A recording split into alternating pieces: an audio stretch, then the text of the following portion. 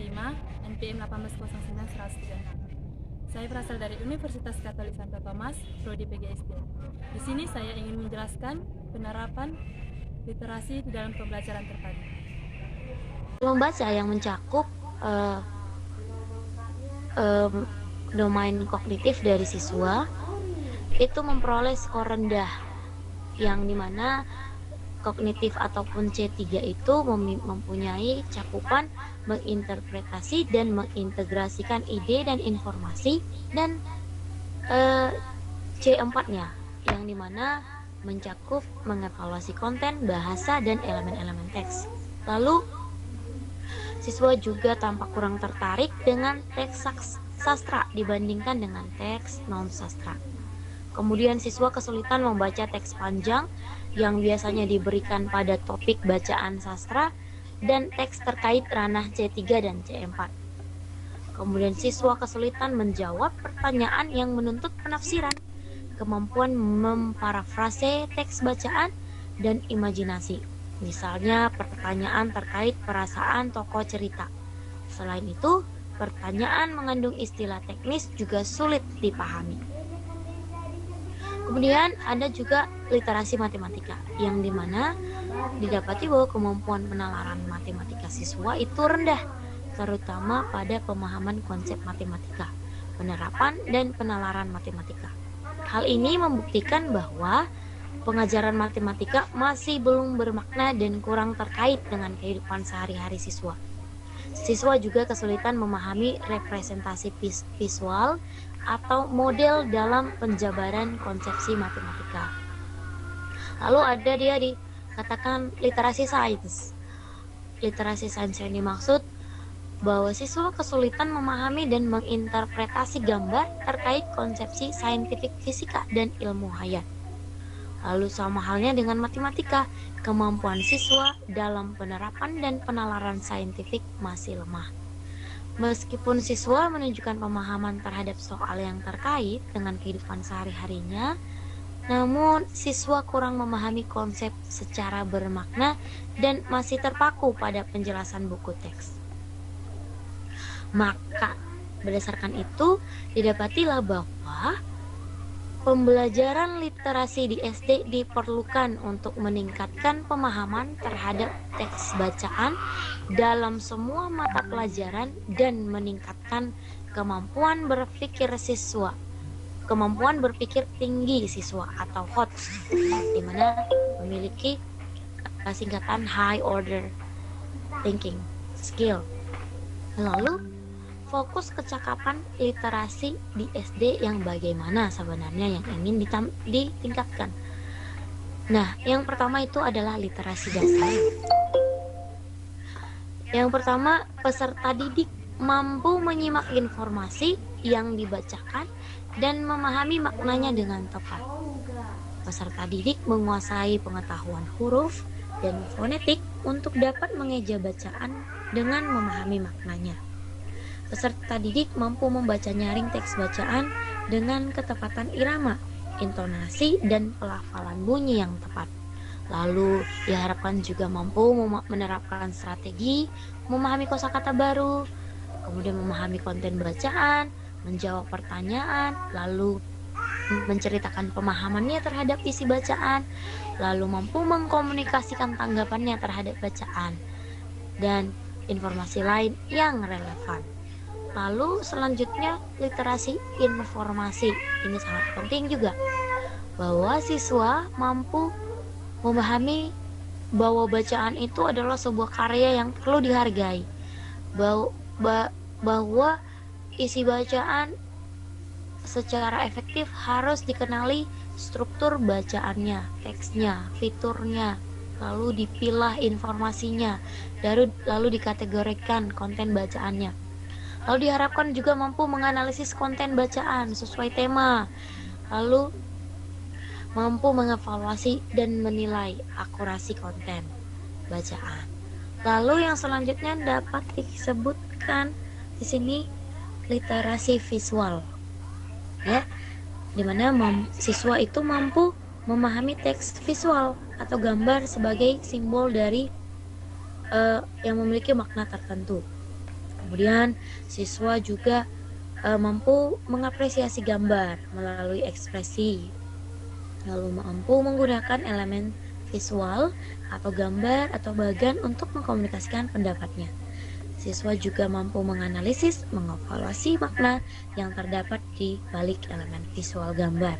Itu dia literasi visual.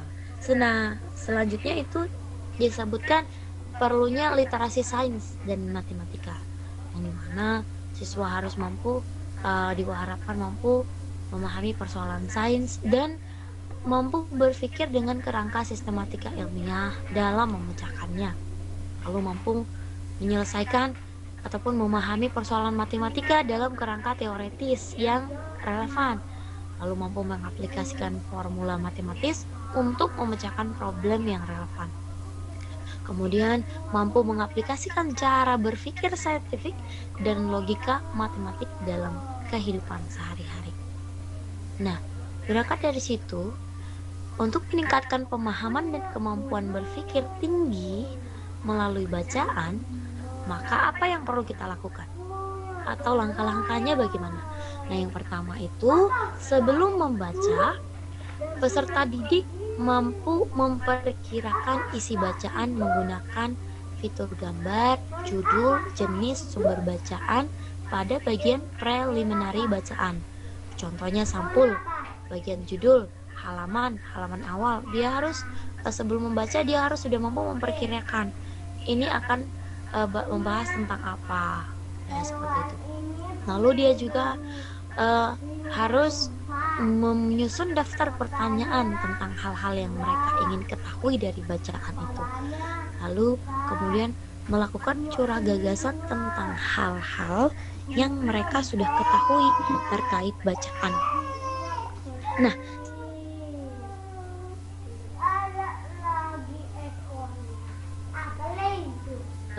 alami ataupun lakukan. Nah, selama membaca, peserta harus mengerti ataupun memahami ataupun menemukan setiap paragraf itu apa idenya, ide pendukungnya, kosakatanya bagaimana, jenis struktur teks, elemen visual, dan yang paling penting dia memahami bacaan tersebut. Lalu mampu mengidentifikasi ide dan argumen yang penting pada bacaan. Kemudian mampu menerapkan strategi bacaan untuk mengingat informasi penting pada bacaan. Dan yang selanjutnya, siswa itu mampu mendata pertanyaan terkait bacaan selama membaca. Nah, setelah membaca, peserta didik mampu menjawab pertanyaan terkait bacaan, kemudian mampu mengkomunikasikan pemahamannya terhadap bacaan secara verbal dan gambar atau tulisan. Selanjutnya mampu mengkomunikasikan tanggapannya terhadap bacaan secara verbal dan gambar atau tulisan. Nah, kemudian apa sih yang sebenarnya konten ataupun yang seharusnya dilakukan? Apakah perbedaan antara kelas rendah dengan kelas tinggi gitu ya? Nah, kegiatan membaca di kelas rendah itu di sini saya bagi kelas rendah itu di mana guru yang membacakan buku dengan nyaring, lalu guru dan siswa membaca bersama, kemudian guru memandu siswa untuk membaca atau membaca terpandu, kemudian siswa membaca mandiri. Ini kategori kegiatan membaca di kelas rendah.